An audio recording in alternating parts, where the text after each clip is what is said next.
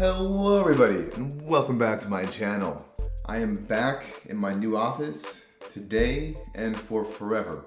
And I figured I would start this new office shooting environment with one of my favorite video series, the most beloved code review, where I look at some open source piece of software or library or just code and I review it in the sense of what does this code do, not whether it's good or not. I leave those judgment calls to you and me, privately, alone, by myself. Today's code review library of choice is this library called Zustand.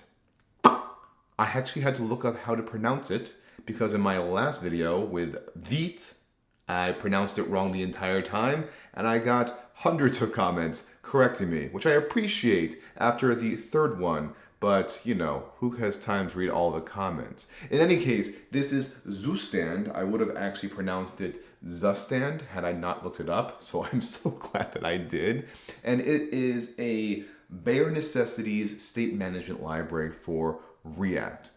I figure we kind of walk through the source code. It's nice and small, although a little bit tricky because there is a lot of TypeScript annotations everywhere. So hopefully I can read that code and kind of give you context on what it's doing. So let's get to code reviewing. Okay, as I said, this is Zustand. I literally looked it up to figure out how to pronounce it. Can you hear that? Zustand. Zustand. I am not German. I think this is a German word. Does it say that? Yeah, German right here. So I'm really glad that I looked it up. Just to give you kind of an overview about what this does before we read how it does it, it's a bare bones state management library. So the simple API is you kind of create your own Zustand store, kind of like Redux or other state management libraries. And you can kind of set any properties you want on the object that's returned from the store. And then when you have this bit, this is just state, and here's some like action creators in Redux parlance, or just functions that can then change state. You can then use the store in this hook form to get the actual count of the bears. So this is a selector in the parlance of other libraries, and it returns the number of bears that you can show here. And then in this use store instance, we're just getting a reference to the increased population function such that when that function is called, it is then increasing the state of the bears. And that's it. That's like the very simple thing about it. You can put whatever you want in here. There is a basic API that you can kind of then build on top of. And that's kind of what I love about this library. I actually haven't used it. I've heard a lot of people talking about it, but I looked at the actual source code and I was like, oh, I can read this and never use it, but I can read it and share with everybody what I'm reading. You can select multiple state slices. There's a way to kind of change the equality function, how it will know when the value changes and then to rerun any listeners on it. So here you're just changing it to be a shallow state. So if you have an object with different properties on it, you can have those be diffed shallowly. Because the default behavior is just to compare, is this object the same as this object? Whereas if you care about the properties inside the object, then the shallow function is probably better for your use cases. Memoizing selectors, you can overwrite state if you want to. If you want to just like blast it away like the new React hooks set use state hook functionality. You can do that as well. Async functions, it doesn't care. Just call set when you're done to change the values. What else was there cool? You can use it without React. There's a vanilla use case for it where you can just make a Zustand store and get back the API to then do what you wish, and then just use it in Vite. I didn't even mean to say V, I meant to say view. Very confusing. There's also support for middlewares to make logging, a persist middleware to make it save to local storage, and you can even make Zustand behave like Redux if you desire. I think if you're using Zustand, you're kind of trying to get away from Redux, so probably not the thing for you. Dev tools, TypeScript, cool. That's the README. Nice and simple. So let's read the source file. 4 files. It's pretty cool. I typically start in the index file because that's where I think things come from. I'm seeing that we're importing stuff from React and a lot of stuff from vanilla. A lot of stuff from vanilla, which is interesting to me. I don't know why that's being highlighted right here. That bugs me. Go away. Whatever. It's doing all this stuff, but this is the use store hook for React usages. If you look back in the README for the React usage, you create it with here, and then you can just use store. So if I go back to here, this is where we create the store, where it's then calling, it's passing in the function that is creating the actual store that we'll be using. And then it's passing it to this create impl, which is defined up here from the vanilla folder. And I believe if I keep going, I'm going to see a lot of these references up here. Typically in these libraries, which is a great way of writing them, you kind of make a vanilla base, like just raw JavaScript, and you can kind of integrate that into the library of choice. So you have this vanilla base for Zustand that can then be wrapped with some React specific functionality.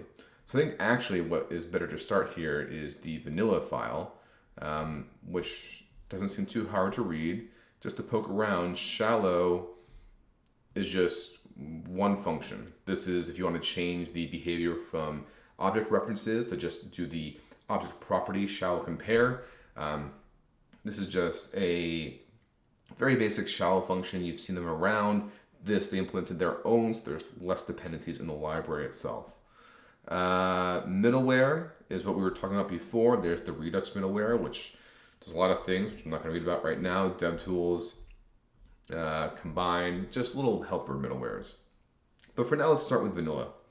And as I mentioned, there is a lot of TypeScript in this file. And I honestly don't find reading these TypeScript type annotations initially helpful because I don't really know how they're being used. So let's actually go down to where we actually get to some code, which is all the way here on line 37.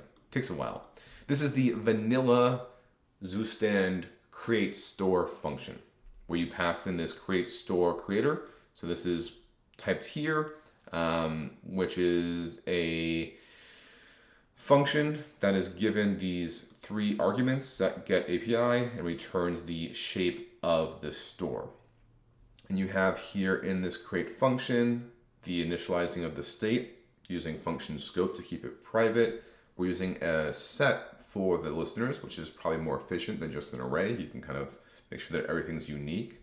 And then we actually have some functions being defined here. And if you look all the way at the bottom, you can see the API that's being returned here from these functions above. I don't know why these things keep popping up. Is this a extension that I have, or is this GitHub? I do not know. But the first thing we have here is set state, which lets us actually change the state of the store. You can be given a partial, the first argument is called partial, and it can either be a function or an object, is what I imagine it can be. It's typed as any, just to make some flexibility. But if it's a function, then just like in useState hook, it's given the existing state that you can kind of then use it to base the next state off of. And here you can see it's doing a simple equality check. If the next state isn't equal to the existing state, then we say that the previous state is the current state. And there is that argument replace, where you can actually replace the entire value if you wanted to. So if replace is true, then we're saying next state is going to be the next state. And here you're actually seeing some TypeScript come in, which is saying as tstate. When next state's defined, it has a value of any, but to make sure that things are type safe, we actually have to do a type coercion to say that this is actually now the store's shape. That's TypeScript. Alternatively, if you're not replacing, then we're just doing a shallow merge of those values here, object.assign, and then we're triggering every listener that may want to know when the state changes. So set state, simple. Get state, even simpler, where it just returns the state object. If you use Redux, this shouldn't be too unfamiliar to you. Then here things get a little bit funky because we have subscribe with Selector, which I never saw actually being an API provided by the library. Instead, I always see subscribe. So here's subscribe, and it looks like it's using subscribe with Selector inside of it. So let's start with subscribe and kind of like delve in from there. I'd like to kind of follow the code flow. Subscribe is used, let me go back to, so I don't like having these tabs. I like being able to have this flexibility to go back and forth. Let's do the API for this. So if I go to subscribe, okay, so you can subscribe to all change. Whoa, hey there, buddy boy. Subscribe. So you can subscribe to every change. You can subscribe to selected changes. So in this case, when paw changes, and you can also support an optional equality function. So there's all these very discrete usages of subscribe. So let's maximize again. And we have here the listener, which is what we showed from here. The listener, the function that will be called every time the listener is invoked. And then we also have the selector, which is optional. This is the TypeScript way of saying that argument is optional. Same with the equality function. It is optional as well. So it's saying that if there's a selector or if there's an equality function, then change code path and go to subscribe with selector. So that helps us understand why these are separated. But if those aren't there, if you're just listening to every change, then it's just adding this listener to the listener set and then returning the unsubscribe function. But the real fun is when you have a selector or equality function, it's just passing them down. So subscribe with selector has the same arguments, listener, selector, equality function. It passes the selector first to get the slice of the state that you're selecting. And then it has a custom listener function to be added to the array, which is being added over here, and then you return the unsubscribe. This listener to add, that thing's really annoying, is again, we're getting the slice of the state because we're calling it again here. Where's this current slice being used? Current slice. So that's the current slice. When the listener is invoked, that could be a point in the future. And it could be that that state slice has changed, which is why you're calling it again in here to compare the current slice versus the next slice when you're actually comparing those state slices changing. And it's saying, using the equality function, are they different? By default, it's using object.is, which is similar to the triple equals assignment equal arrows, not arrows, equal signs. So by default, it's using that. And if they're not equal, then, if they're not equal, then the current slice becomes the previous slice. And then we're passing in to the listener the next slice, which equals the current slice and the previous slice. And this is doing an assignment, I believe. So this is saying that current slice, this is just unnecessarily fancy code right here. Previous slice is set to current slice, and that's being passed in here. Current slice is being assigned to next slice in this argument, but the value being passed in is next slice. But for the sake of function scope, current slice is being reassigned here. In this, the assignment is done before the function invocation is. So it's kind of collapsing two operations in one. Unnecessarily complex in my opinion, but you do whatever coding styles you enjoy. I forgot to even note that this entire code base is sans semicolons, which I also do not like that style at all. What pain does it to show you where things end? I just don't like it. Fight me on that in the comments. Don't. It's just purely preference. And then we have the vanilla destroy function that clears all listeners. We return the API. We actually call create state. This create state, if you recall, is the initial function that actually is what creates the initial state. And it's being passed in the set state, the get state in the API. And then returns the API. So that's kind of like the vanilla functionality of that. And of course, from there, you can go into the reactified version. We're checking if it's server-side rendering to make sure if it's on the server or in the browser. If it's on the server, so this is use isomorphic layout effect. And I've seen this used a couple places elsewhere. The idea behind this is that by default, they want to use layout effect, which means that after the DOM changes, apply these changes. However, use layout effect does not work on in a server-side environment because there is no DOM to modify the layout of.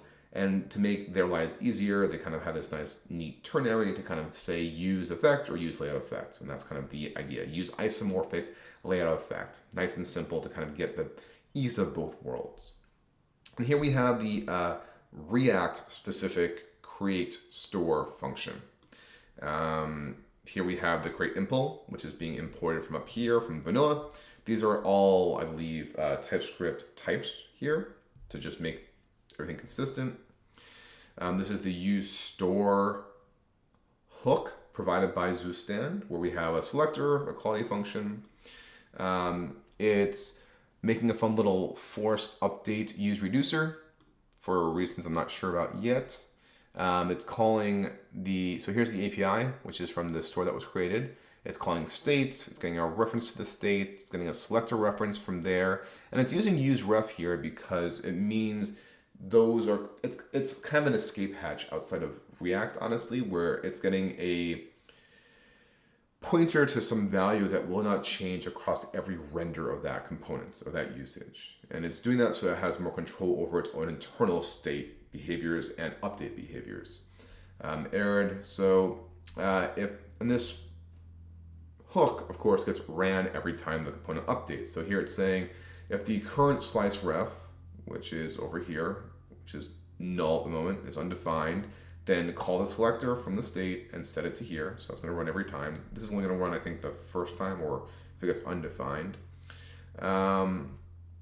The selector or quality function needs to be called during the render phase if they change. The selector or quality function needs to be called during the render phase if they change. We also want legitimate errors to be visible, so we rerun them if they errored in the subscriber. So if the state changes from state, you can see that every time it's calling state again.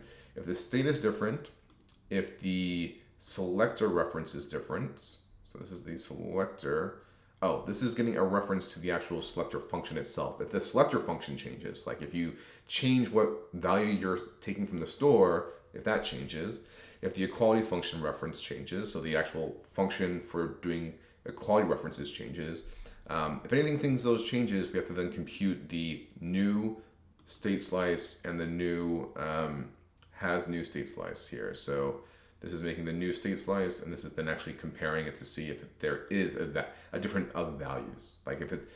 If the selector changes, but the value of the slice is the same, this is what it's computing here.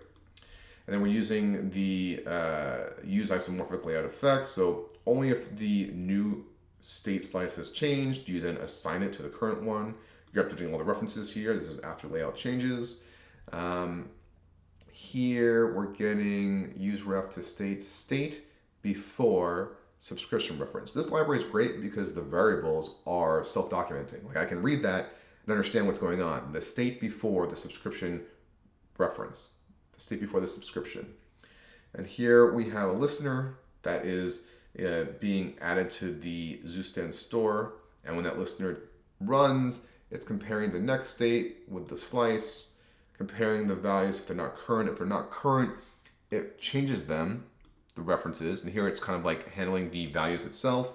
And then it's doing this force update function, which we saw up here, to then just actually cause the React component to re-render. And the reason why it's doing that is to kind of handle the render update itself. The reference assignments are being managed explicitly by Zustand, and only when those values change according to its own behavior will it then actually trigger the component to re-render. And here it's actually, like if you were to call force update up here before these .current assignments, you'd actually see the old values because they haven't been updated yet using useRef. Unsubscribe, state has changed before subscription. So this is I'm sure this was a nice little edge case. If the state of the library changed before the subscription was created, then make sure that you run it to make sure that you catch the initialization issues. And then here we have has new state slice, and then you update that from there. And then you use the store. With this for backward compatibility, no TypeScript types for this. That's fun. But that's kind of the library in a nutshell. Pretty straightforward, pretty easy to read. You can even delve into the test if you wanted to understand how things work better. I'm not going to worry about the middleware right now. That's too much for now. But that's kind of Zustand in a nutshell. So that was a code review of Zustand. Hopefully you enjoyed that, learned a few things new. Didn't delve into the TypeScript types too much because that might take an entire new video, but we can if there is some curiosity there.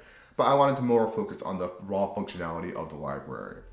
Hopefully you enjoyed and learned something new. And if you did, become a subscriber. And if you didn't, become a subscriber. I look forward to speaking to you again in next week's video. Until then, stay happy, stay coding.